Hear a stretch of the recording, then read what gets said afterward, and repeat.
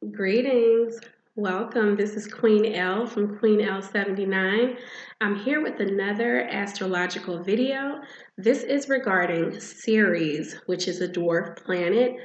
Similar to how Pluto is considered a dwarf planet, Ceres is also known as an asteroid, depending on the source that you're looking at.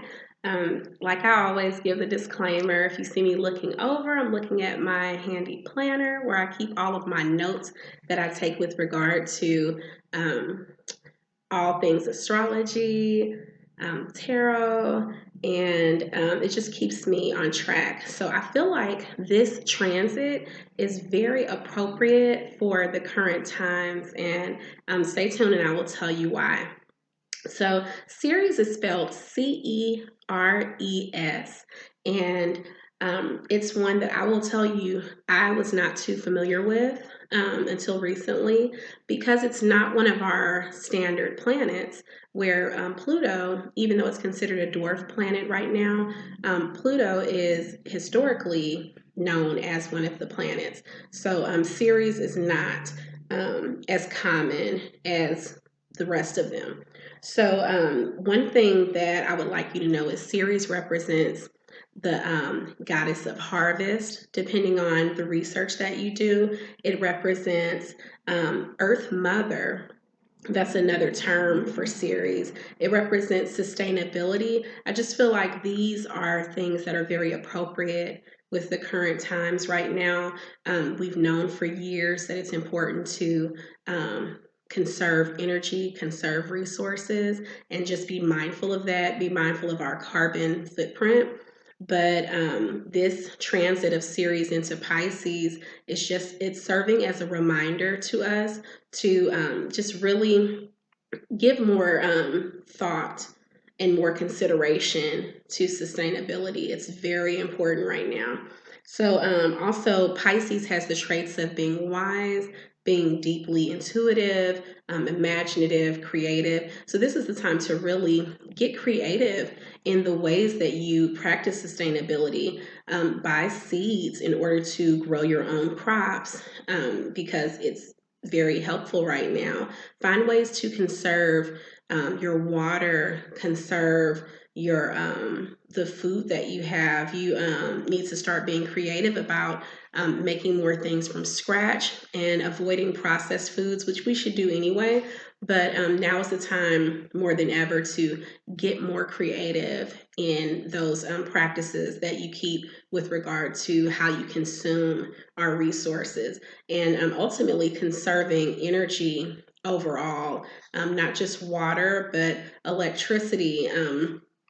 To be honest, we just don't know what the future holds. And a lot of the things that we have, not necessarily, some of them we've taken for granted, some of them we never had a reason not to expect them to be here. We don't know what the future holds, and so definitely not a fear monger or anything like that. But it is an ever present time for us to just be more thoughtful in the way that we utilize everything that we consume, our resources, our time, our efforts. So there are those tangible things that we use, and then the things that aren't so tangible. But this Earth Mother is definitely advising us to just be more conscientious. So, some of the notes that I took when I was doing my research and some of the things that Spirit was giving me to say is that Earth Mother knows best.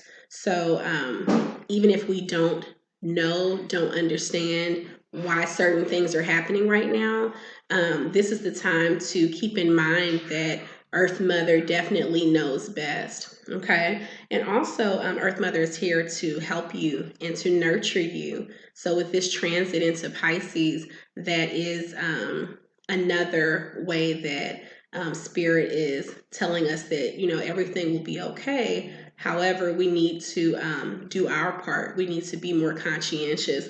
And also, it's all about nourishment and nourishment in the right way, not nourishing our energy ourselves with things that no longer serve us, but nourishing ourselves with things that are enriching to our spirit, enriching to our mind.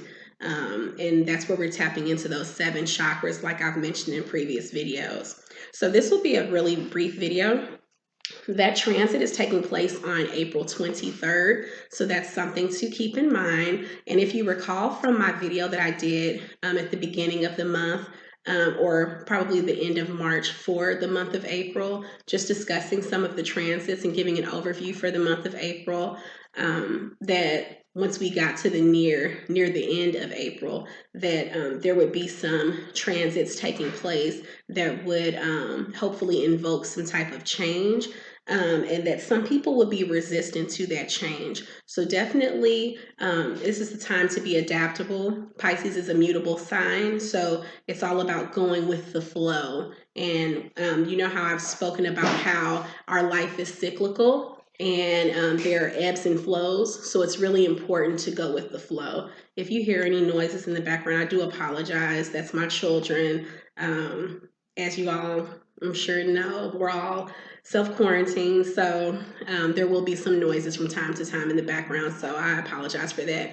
But it's really all about ebbing and flowing. It's all about just being adaptable to things that occur, okay? And these changes that we have going on in our world today. So let's see what else the spirit guides have to say to us. I have my Modern Witch Tarot deck, and this always gives just I always like to say, like icing on the cake. It just gives like an extra layer of insight into the message that the spirit guides have for us today. So what do we need to focus our energy on with regard to sustainability and with regard to Earth Mother's transit into Pisces coming up?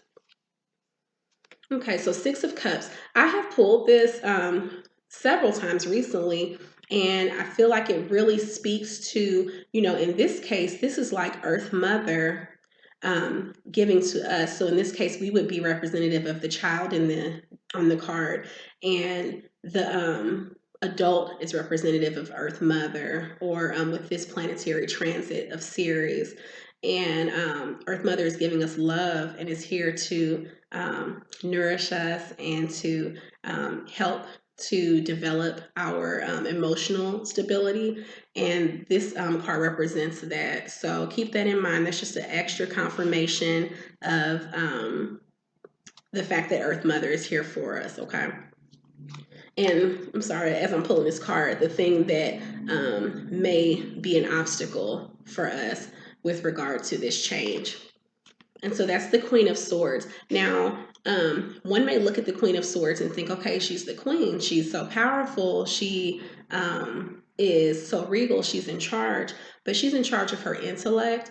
The one thing about the Queen of Swords, it represents a bit of rigidity with regard and inflexibility with regard to tapping into your emotional side. So while Earth Mother is here to nourish us and to love on us, an obstacle might be just holding on to those old ways of thinking and the ways of thinking that may have sustained us thus far. But we need to be flexible, like I said, and be adaptable. Tap into that Pisces energy.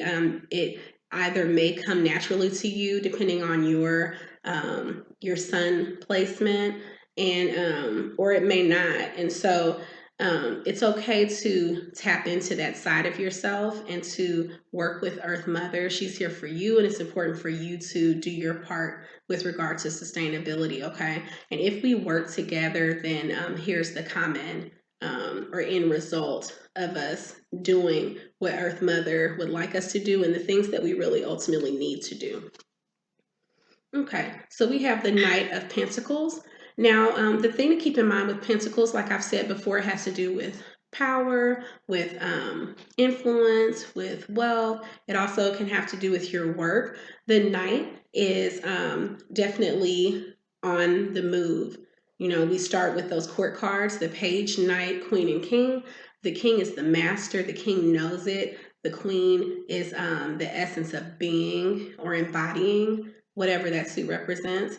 And the Page is just, starting off and embarking on that journey. And then the Knight is actually moving full steam ahead. And so it's important to know that with regard to the things that you want to do right now, the ways that you either want to be of service to others or to yourself, the ways that you want to use your work to sustain you moving forward, to be able to do that, to be able to move full steam ahead.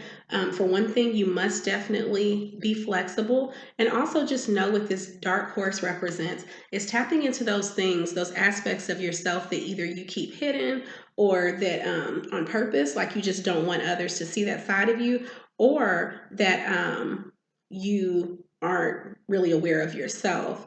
And that's that moon energy of the moon, basically, as far as those hidden emotions.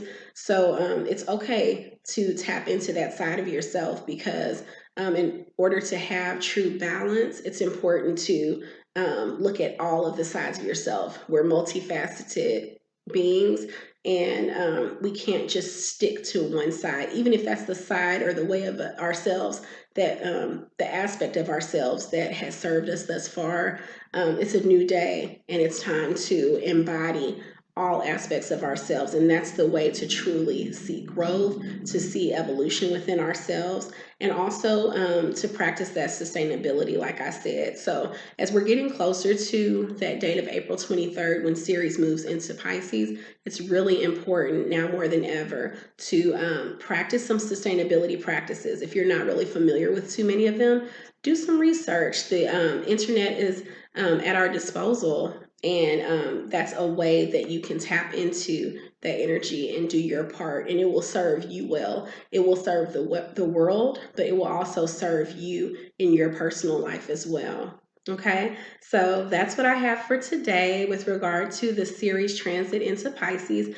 If you have any questions with regard to astrology or with regard to your personal astrological chart, I do have services listed on my Facebook page. That's QueenElle79. Also, feel free to just ask me a question. You can comment below, or you can visit my Instagram page. That's Queen_Elle_79.